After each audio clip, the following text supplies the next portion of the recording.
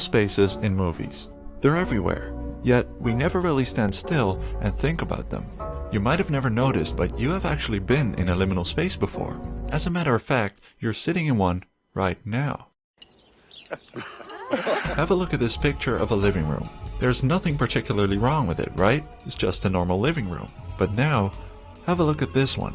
As soon as you start to remove objects, people and life from regular places, all you're left with are the human-made constructs, which causes a strange feeling between the familiar and the unknown. What all these pictures have in common then is emptiness, giving you the feeling of being all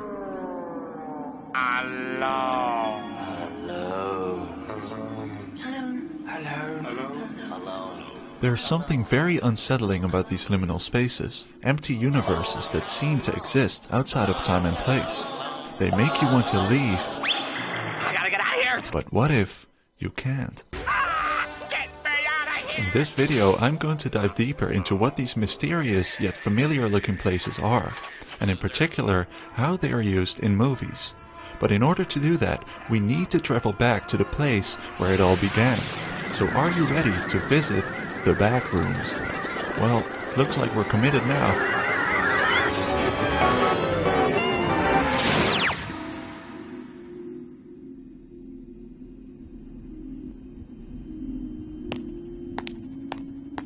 Welcome to the back rooms, the most famous liminal space out there. In 2019, somebody created a thread on a platform 4chan and asked people to post images of empty locations that just feel off. There, the first photo depicting the back rooms was uploaded, presenting a slightly tilted image of a yellow-colored hallway. Underneath it was a description of how one could get trapped in these back rooms, and it goes something like this. One day someone's walking around, going to work, alive, and then nothing. People just disappear. That's right. The story goes that you can get teleported or no-clipped, as written in the post, into these empty rooms, as if you found some cheat code or secret glitch in a video game. But once you're in there, it's very hard to get out. Earth just opens up and swallows them. Eerie. Really eerie. The back room is just one example of the liminal space iceberg that goes very deep, and has formed a new movement in recent years, with people online deciphering pictures of empty stores, playgrounds, or other abandoned locations. That's why I have gathered a collection of movies that portray all kinds of liminal spaces, so let's find out what exactly their characteristics are. I've divided the movies into three main categories: the ones showing physical liminal spaces, emotional ones, and temporal spaces. So let's begin with discovering a physical liminal space. It all starts in a normal world that you're familiar with. Going to work, applying for a new job, or going on a nice holiday with your family. But all of a sudden, things are starting to feel a little off. In The Truman Show, the main character is going to work. He wants to take the elevator up to his office, but when the elevator opens, he is stopped by security guards and suddenly sees people sitting in a room behind the back wall, literally discovering a back room. Similarly, in the movie Being John Malkovich, the main character discovers a room, because his job interview is not on the 7th floor, not on the 8th floor, but actually in between.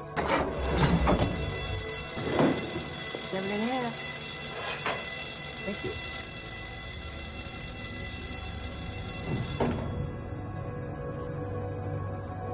In these movies, both the audience and the main characters are experiencing the uncanny, meaning seeing their world in a very strange but familiar way, suggesting that there's another world out there they don't know about, something that's beyond their power. There's no point trying to explain it, but a lot of strange things have been happening. The key to understanding why liminal spaces are so uncomfortable lies in the meaning of the word liminal itself, because the word liminal is derived from the Latin word limen, which translates into threshold. In that sense, a liminal space is actually a transitional space. Elevators or staircases are examples of such spaces. You often don't spend much time in these places, but if you do, it starts to get kinda creepy. In both movies, the elevator is a literal threshold between the regular world and apparently another dimension that the characters haven't explored before. This brings us to the next stage, exploring the liminal spaces. Even though the previous two movies are not horror movies, they do show us why liminal spaces are often used in the horror genre. Because what if you get stuck in a stairwell or hallways turn into a maze? This whole place is such an enormous maze, I feel like I'll have to leave a trail of breadcrumbs every time I come in. Don't let it get you down, Mrs. Torrance. Director Stanley Kubrick was a master at capturing the feeling of liminal spaces, and his movie The Shining is a prime example. Everything about the Overlook Hotel in this movie just feels off. The hallways are too narrow, the colors alternate between too bright or too muted, and certain passageways feel like they just lead to nowhere. There's actually a whole theory dedicated to a window that shouldn't exist in the hotel. The hotel has been abandoned for months, until the suburban family starts to live in the hotel for a couple of months. There's actually a term for the feeling when being in an empty space like this one, the Greek word kenopsia. It is described as the forlorn atmosphere of a place that is usually bustling with people but is now abandoned. There's a SpongeBob episode that perfectly captures this feeling. The episode is titled Gone, and the title card is a liminal space on its own. In this episode, all the people in Bikini Bottom have disappeared. So SpongeBob spends his entire time having fun all alone like the family in The Shining. But after a while, he starts to feel lonely and things start to get quite scary. At the end of the episode, there was a no SpongeBob day and the people of Bikini Bottom simply come back. If only that's how The Shining ended. Here's Johnny!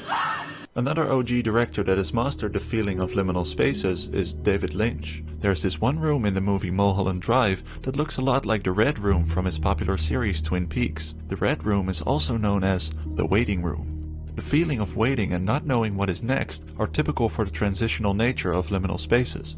The Red Room is actually a set of seemingly infinite rooms and hallways, like the famous back rooms.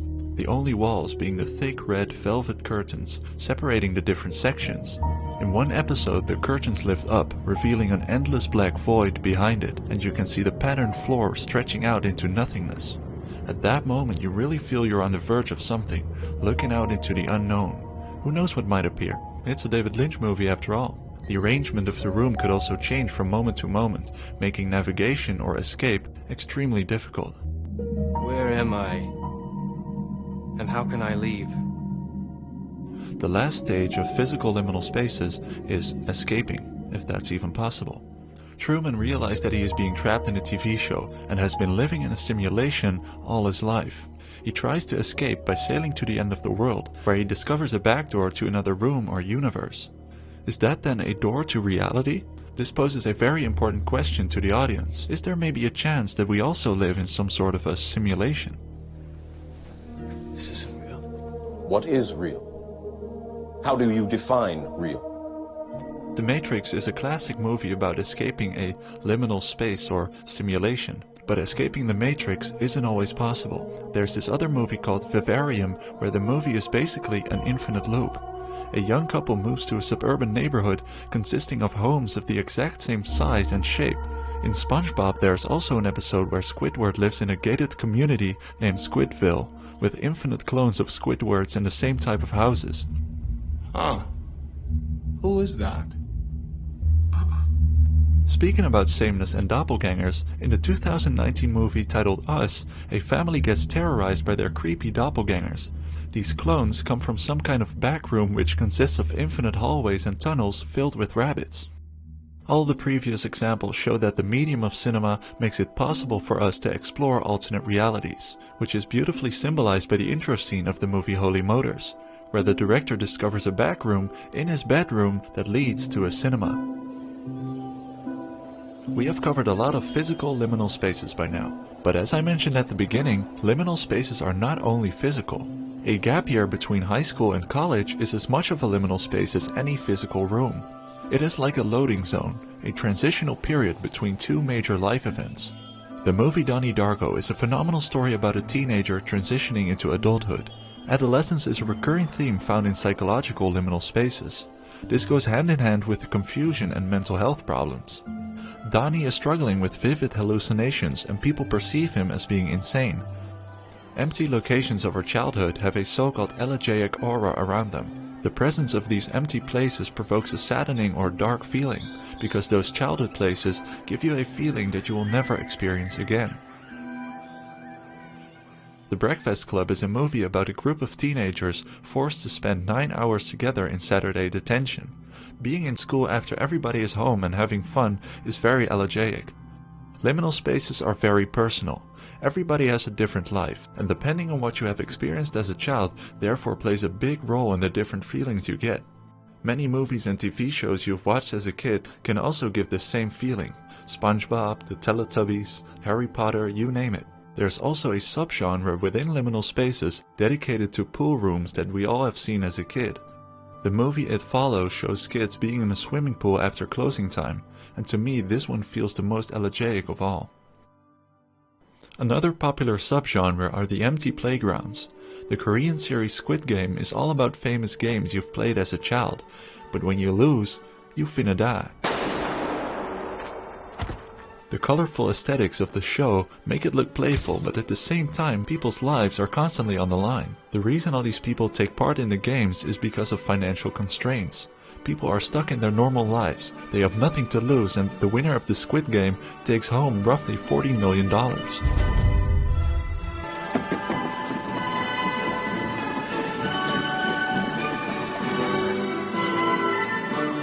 You could also be stuck in life and decide to become a lighthouse keeper at the most far-out lighthouse from the coast, like this guy.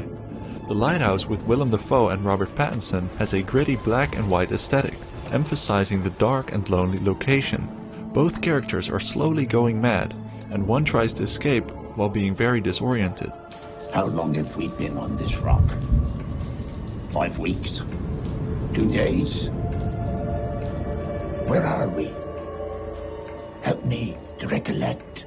The main character in Being John Malkovich wants to be a famous puppeteer, but he is not getting any recognition. He is also stuck in life. On the 7.5th floor, he finds a tunnel that leads to the mind of actor John Malkovich, a person he would love to become. This gives him a new perspective, making this a liminal aka transformative journey. Lastly, here are 3 more amazing movies where people are stuck in the liminal part of their life and are trying to find a way out. The Oscar-winning movie Parasite is about giving a new perspective to a poor family trying to move their way up the societal ladder by infiltrating a rich family's house. It's an emotional clash between 2 families, both at different ends of the spectrum. One day they find a hidden staircase in the cellar leading to a back room down the house. Secondly is Stalker by Andrei Tarkovsky, which is essentially a 3-hour philosophical journey through an off-limits liminal space called The Zone, to a room where all your wishes can be fulfilled. What if you could end all poverty or wars by making a wish in the zone? And last but not least, The Holy Mountain, a movie about a group of people searching for a place where you can obtain immortality. They sacrifice everything they have, undergo all these weird rituals, but when they finally arrive at their destination, the real construct behind it all is revealed. We have talked about nostalgia in liminal spaces, but have you ever felt nostalgic for a time you've never known? There is a word for this feeling, namely anemoia. In the past couple of years, we have all gone through one big liminal space, the pandemic. During this transitional time period, we have had a truly hands-on experience with liminality in life.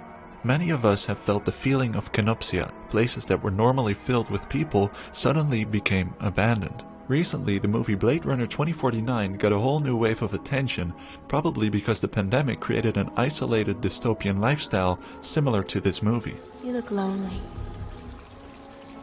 I can fix that. Blade Runner is a hauntingly beautiful portrayal of a dystopian future, where the most advanced technologies are mixed with old elements. This scene shows the main character entering a deserted casino or concert hall when suddenly all kinds of old songs start playing. Holograms start dancing around, creating this empty ballroom vibe.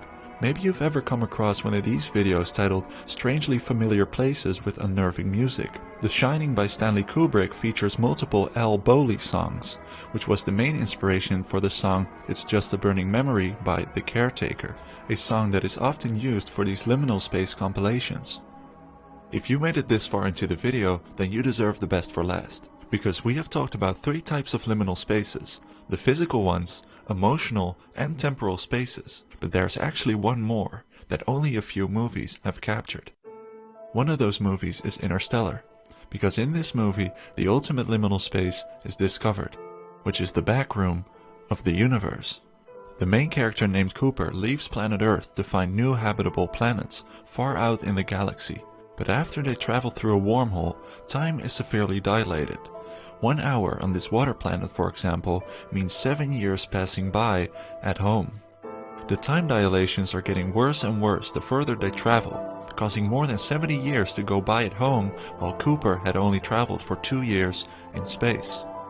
A final slingshot into the unknown gets him trapped in the back room of the universe, where he can't communicate but only observe him and his daughter as the time passes by. Don't let me leave, Merv!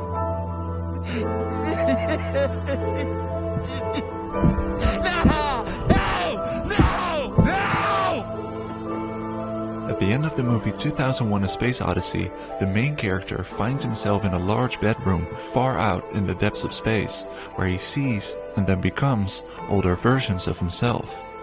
Looking at it like this, life is just one big liminal space. Space between birth and death. It is inevitable that we encounter various liminal spaces throughout our lives. Empty points, transitions, periods of nothingness that will prepare us for what is next. That is why liminal spaces are so important.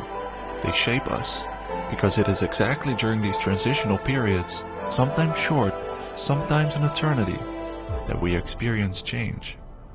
Without us, a room is just a room. A liminal space is just emptiness. But as humans, we have the power to give meaning to emptiness.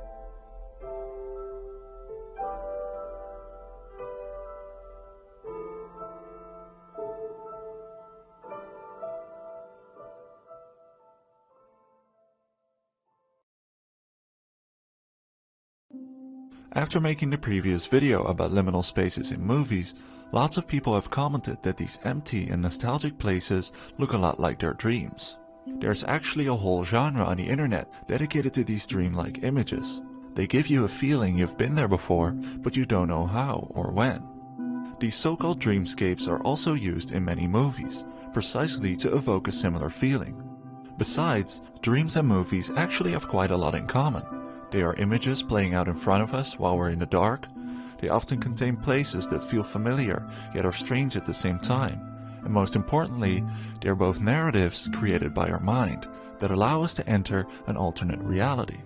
In this video, we're going to continue our liminal space odyssey and dive into the wondrous world of dreams. I made a selection of some of the best dream sequences in the history of cinema to show you all kinds of surreal locations and absurd visuals. So now, I think it's time to explore the strangely familiar world of dreamcore.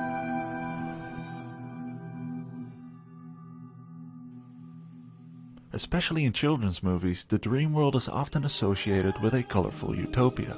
A place somewhere over the rainbow which can be entered through a secret door or portal, like in The Wizard of Oz or Alice in Wonderland, who falls down a rabbit hole and lands into a fantasy world that's full of weird people and animals.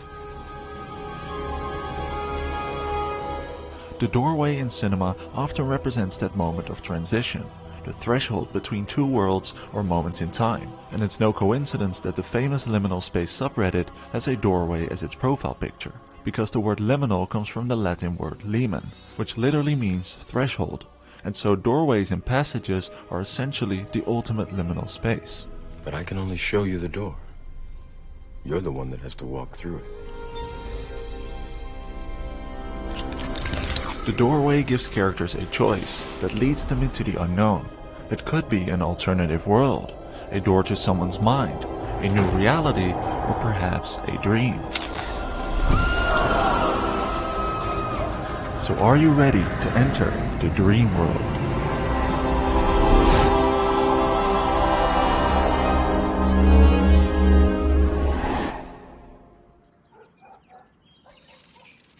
Welcome to the dreamscape. The term is a combination of the words dream and landscape, and they are images or locations that look like something seen in a dream. They are often portrayed as actual landscapes with green hills and blue skies. Two movies that are often mentioned are Cat in the Hat and Toys. Because of their colorful and dreamlike locations, they probably remind us of our childhood, like the days we were home alone while our parents were out of town, or the indoor playgrounds that felt huge when we were younger. These dreamscapes were popularized by this video on TikTok, which had 40 million views. There exists a world that you can only reach between 3:30 and 3:33 a.m. Before you travel, I must advise you of a few rules. Similar to the concept of the infamous backrooms, there supposedly exists a door to a world with its own laws and logic that you can only enter at a certain time. The video is part of a broader genre created by the internet called dreamcore that uses images like the dreamscapes, videos and music in order to recreate the general feeling of a dream. And rule number 4, the most important of them all. Wear a watch at all times. Time is weird there, and if you don't have a clock on you, time will warp into nothingness and you won't know when to leave. That's all. Safe travels. But here's where it gets interesting. In movies, the term dreamscape can also refer to the dream being an escape from a character's rather boring or restricted life into a utopian world. Willy Wonka's Chocolate Factory, for example, is the ultimate dream world for kids. When Charlie finds the last golden ticket, it becomes his escape from poverty into a magical world full of candy, where suddenly everything is possible. And when Dorothy steps out of her grey house into the bright musical world of Oz, it signifies her escape from the restrictions of home. Characters often find themselves stuck in their day-to-day life, feel misplaced or bored in some way. They are in an emotional liminal space, like discussed in the previous video, and while they're trying to find a way out, escaping into a dream world seems like the only logical option. Like Alice, who in a moment of indecision sees a white rabbit that gives her a chance to escape. Or in Midnight in Paris, where the main character travels back in time to meet famous writers and painters. Hemingway. Hemingway? All because he has difficulty living in the present. All these worlds are portrayed as utopias, but the word utopia is a combination of the Greek words ou, meaning no, and topos, meaning place. A utopia is therefore a non-place, a seemingly perfect world that is unrealistic or doesn't exist. In many stories, characters end up getting stuck in the dream world, simply because things are too good to be true. This happens in Coraline, Alice in Wonderland, Spirited Away, and Edward Scissorhands, who all wandered into a seemingly perfect world, but now need to find their way out. But even worse, what if you never realized you were living in a dream world, and you've never actually seen the real world? Then following the White Rabbit starts to get a whole new meaning. The Matrix subverts the idea of the dream world being the escape. Neo has been living in a simulated construct his entire life, called the Matrix, but when he gets a message on his PC, he is told to follow a white rabbit that leads him to Morpheus, who gives him the decision to stay in his dream or to wake up and see the real world. You take the blue pill, the story ends. You wake up in your bed and believe whatever you want to believe. You take the red pill, you stay in Wonderland, and I show you how deep the rabbit hole goes.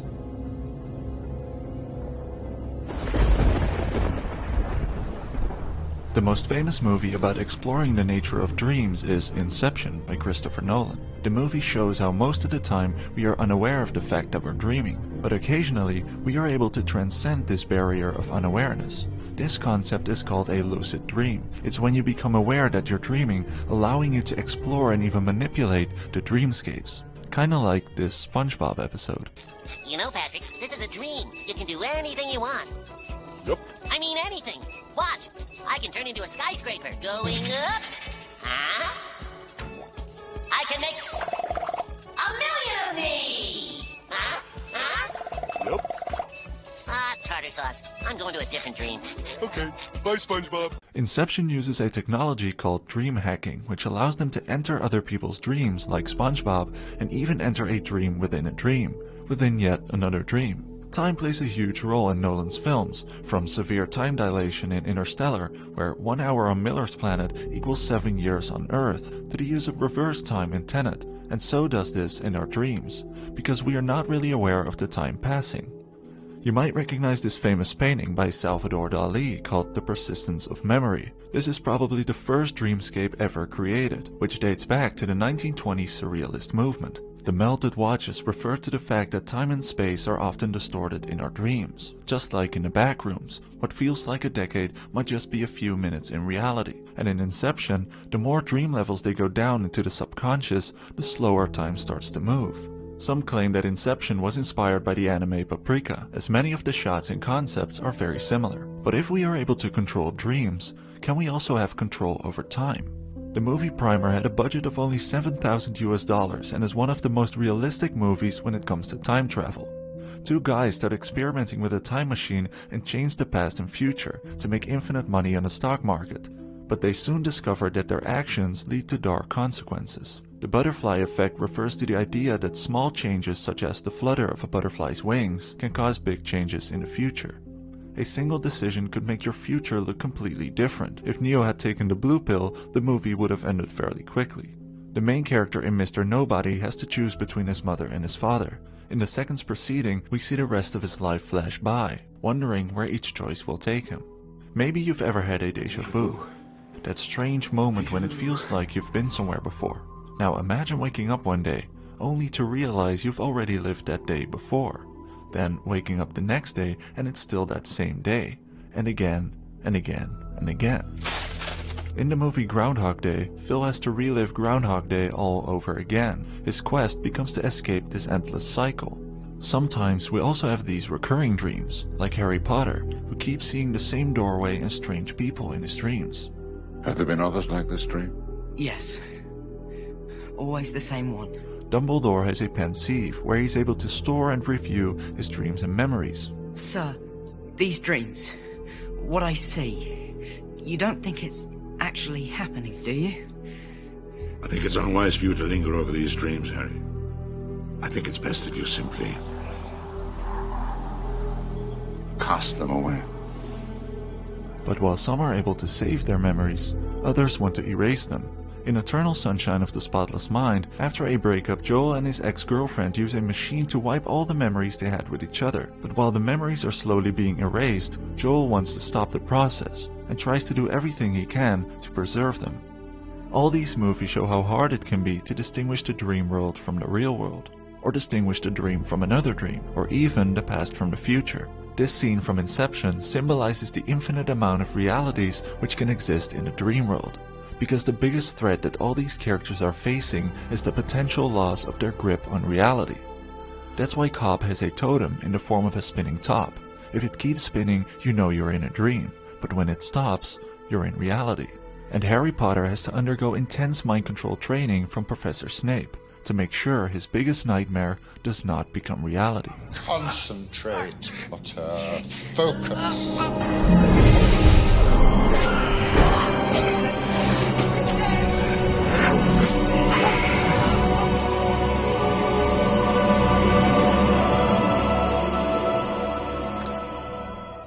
You've been living in a dream world, Neo. This is the world as it exists today.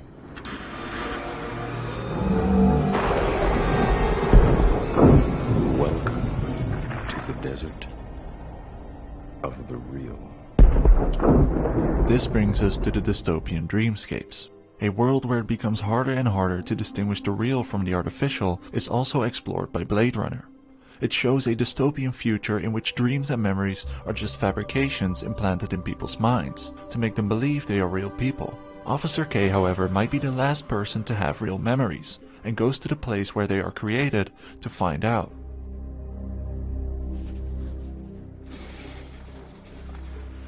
I know it's real.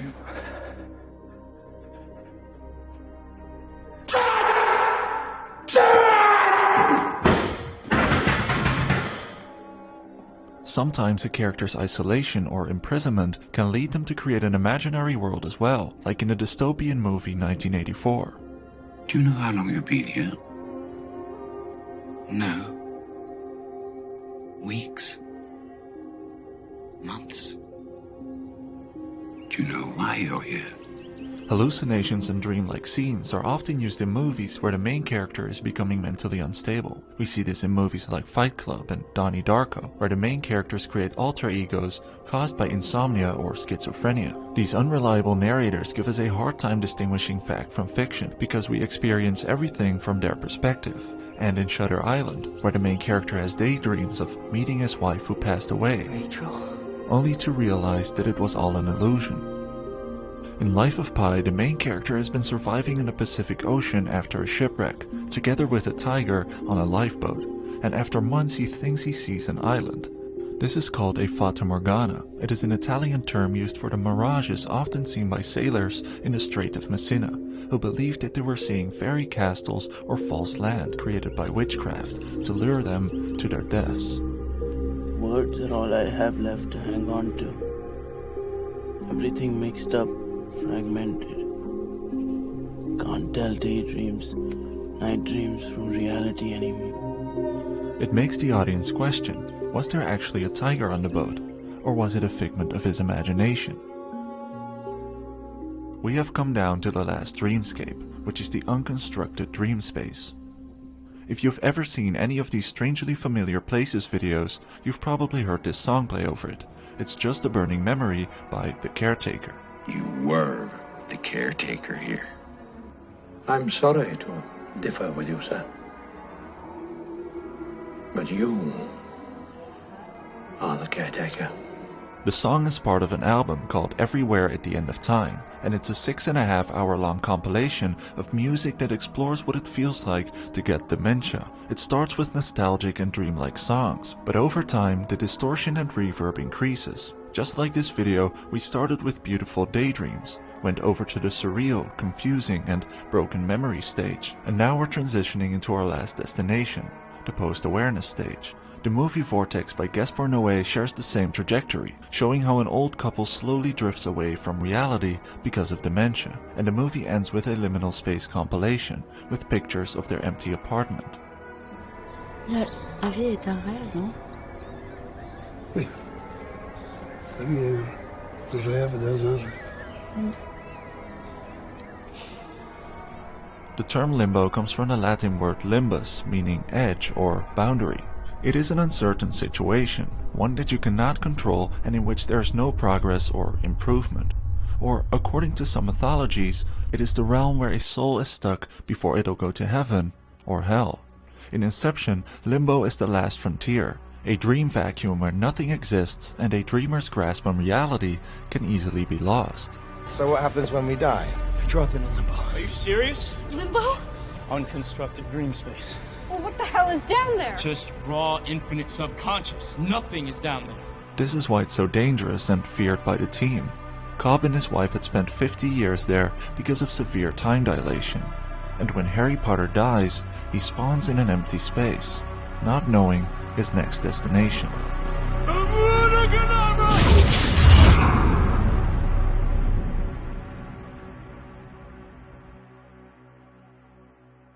So what is next? Perhaps nothingness. The afterlife, maybe. Depending on your religion or beliefs, this space might look completely different.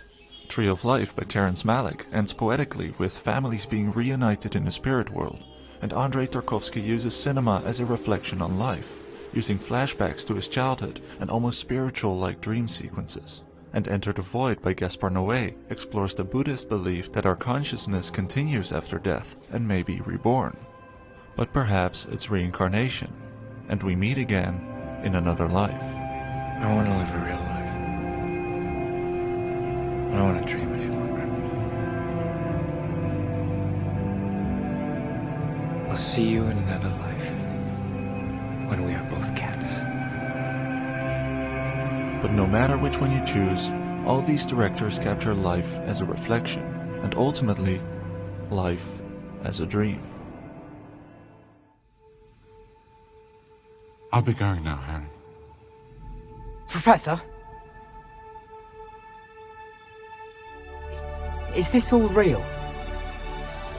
Or is it just happening inside my head? Of course it's happening inside your head, Harry. Why should that mean that it's not real? Dreams are like the theater of the mind, Just like movies, all dreams feel real while they're happening. And when you wake up, sometimes you're moved, sometimes you're terrified, and sometimes you've no idea what happened.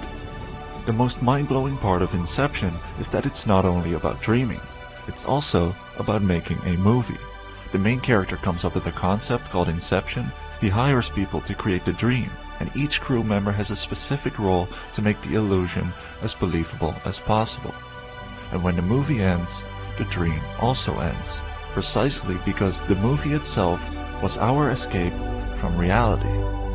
They say dreams and movies are only true while they last, but can we at best say more of life? Because I think that life is the most beautiful movie we'll ever get to see. Relax, David.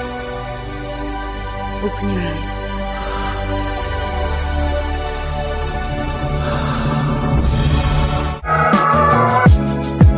Hello, my name is Stuart Hicks, and I lead architectural design studios and lecture courses at the University of Illinois at Chicago. I first heard the term liminal space maybe a decade ago. I don't quite remember the context, but it was a term that we used in our own practice to describe a pavilion that we designed that was made up of all front porches. We described the front porch of a house as a liminal space, a space of transition between the inside and the outside with no singular purpose, but it's appropriate for many. This kind of space is ripe for people to project all sorts of associations onto it, and front porches are important settings in great novels and in important film scenes. But liminal spaces as seen today on the internet are a bit different and a little bit more specific. The term is used to describe images of abandoned buildings of a particular type, usually spaces of commerce, movement, and transaction. The kinds of spaces we tend to pass through and never really notice. Waiting rooms, shopping malls, hallways, Chuck E. Cheese. These relics of the past are often in some state of disrepair, because either we don't need them anymore or they don't need us anymore. The photographs of liminal spaces are often staged like we're trespassers, voyeuristically looking in where we're not supposed to. In some ways, I think that these images or the spaces depicted in them are like the uncanny valley of architecture. If you're unfamiliar with the uncanny valley, it's the term that describes the phenomena that humanoid robots can be really creepy. Kind of like the animatronic performers in Chuck E. Cheese. They move and look just close enough to being lifelike, but are just off enough that we find them disturbing. Like they're trying too hard to seem like us, and they probably want to destroy us. The valley is depicted in a graph of appeal as things approach a humanness. The dip is the zone of discomfort. This is related to the explanation of comic drawings by Scott McCloud, where he explains how different resolutions of faces resonate with us in different ways. The face with almost no detail can represent anyone. Everyone can see themselves in a circle with two dots underlined by a bottom section of a circle. But the high-resolution face is only one person. We have to empathize with that character in order to project ourselves into them, and they don't necessarily represent us because they're too specifically themselves. In the middle zone between everyone and no one is where strange things happen. Sigmund Freud actually uses the term uncanny to describe the dread and creeping horror that leads back to something long known to us, once very familiar. It's this sense that something is intimately familiar, but unfamiliar at the same time, which leads to strong reactions of the uncanny. To Scott McCloud, this is also the space of comics, which can create a world that is familiar, but different enough that new and unexpected things can emerge. This helps describe the phenomena occurring with liminal space photographs. They have enough detail so that they're specific, but not enough that we only understand them as one particular place in the world. They're everywhere and nowhere at the same time. That's why so many people talk about these photos provoking a strong sense of nostalgia and memory associations with spaces that they visited before. Even if the viewer has not been to the exact location depicted in the photograph, its qualities lack specific details to the point that it looks like so many spaces that we feel like we've been there before. The French anthropologist Marc Auger coined the term non-place to describe the kinds of spaces and structures that are built for certain ends like transit and commerce and leisure, but that lack identity and connection with the history and culture of their context. Non-places are the opposite of places. Places are where people are meant to meet with each other and offer locations where people establish their own sense of identity. Non-places, on the other hand, are spaces for anonymous transactions and where everyone feels lonely even when they're surrounded by crowds. Airports are often cited as a kind of quintessential non-place. Architects have developed other terms for this kind of space as well. One of the most influential architects of our time, Rem Koolhaas, wrote an essay called Junk Space on the subject. As the title suggests, he's pretty critical of these non-places, and the essay is like a performance piece, written in a way that attempts to make the reader feel the way that junk space makes you feel, caught in an endless stream of liminal spaces.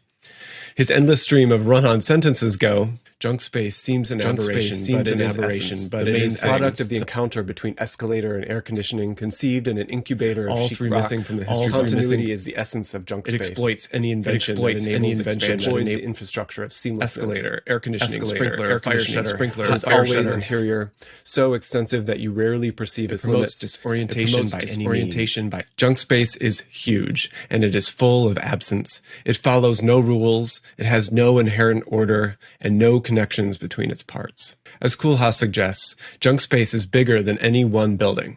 It therefore leads to a kind of development and settlement patterns, like the ones that we call the exurbs, which are usually defined by what they are not. They are not rural, they're not urban, and they're not suburban. They're between all of these, the liminal space, filled with data centers, airports, and other anonymous activities like other office campuses and shopping malls. The exurban territory is formless and shapeless and lacks any boundaries. The exurbs are made up of spaces which might be called terrain vague or terrain vague, a term used to describe projects within the marginal wastelands and vacant lots that are located outside the city's productive spaces, the interstitial and the marginal, spaces abandoned by economic forces or in the process of transformation.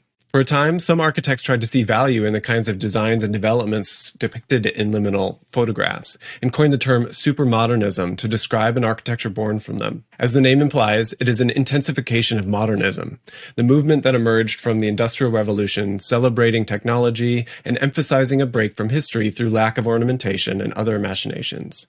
The name supermodernism is also fitting with Koolhaas's junk space, since he claimed that junk space is what remains after modernism has run its course, or more precisely, what coagulates while modernization is in progress, its fallout. Supermodern buildings are often airy and lack ornament, making them appear under-detailed and monolithic. They celebrate technology and a global, universal aesthetic belonging to nowhere in particular. Supermodern buildings are simple resolutions to solving problems of providing space and lack qualities that connect them to a place or even the history of architecture. They're simply there to use and to look slick while doing it. Most of the examples and theories that I've been talking about come straight out of the 1970s, 80s, and 90s, a time where shopping malls and airports seemed like the inevitable next incarnation of public space. Today that seems a little quaint, and the spaces built during that time are showing their age and also aren't really needed anymore. We have new ways of meeting people in the world, and the vast constructions that were built around these outdated needs are simply sitting empty, ripe to be photographed in their ruinous and worthless state. Some artists have really elevated these kinds of photographs beyond mere snapshots shared on the internet. Bas Prinsen, for instance, is a photographer that was trained as an architect. He often focuses his lens on buildings and landscapes where it is difficult to tell one from the other. Buildings look like they might be in ruin, or maybe they're in the act of being constructed. If there are people in the photograph, they are dwarfed by the building or the landscape, which looks massive and lacks normal amounts of detail that one would expect. He is fascinated by the imprints of human intervention without necessarily featuring the humans directly. The subject matter of Bas Prinsen's work is only one component of it, though, and the printing and the viewing of the photograph is an important aspect of how he scripts their engagement. Often his exhibitions will feature printings that are gigantic in size, or printed on materials like cloths where its texture and behavior is just as important as the photographic content. So the sheer size or the materiality of the image takes on an uncanny quality because the viewer is enveloped in the space of the image itself. Another architectural photographer turned artist is Philippe Dujardin. However, he doesn't stop with the snapping of the photograph either. He manipulates the image to create a semi-believable scenes of ultimately unbuildable situations. The depictions often look abandoned and out of place, both for their absurdity, but also for the way that they're staged. While Philippe Dujardin uses photographs to make new images of non-existent buildings, architects are creating renderings all the time, which are images of yet-to-be-constructed structures. These are not typically in the realm of art. Rather, they're creating images that depict a building where a viewer is expected to imagine what the building would look like and what it would be like to occupy as a real object in space. Building renderings have existed for hundreds of years in either pencil or through painting, but most recently, people have turned to computers in their creation. At first, the computer's capabilities to produce convincing images was limited. Often depictions would have a bit of an uncanny quality, though, typically through just technological limitations alone, lacking people or convincing lighting. Today, we have the capacity to make renderings that are almost indistinguishable from photographs of spaces.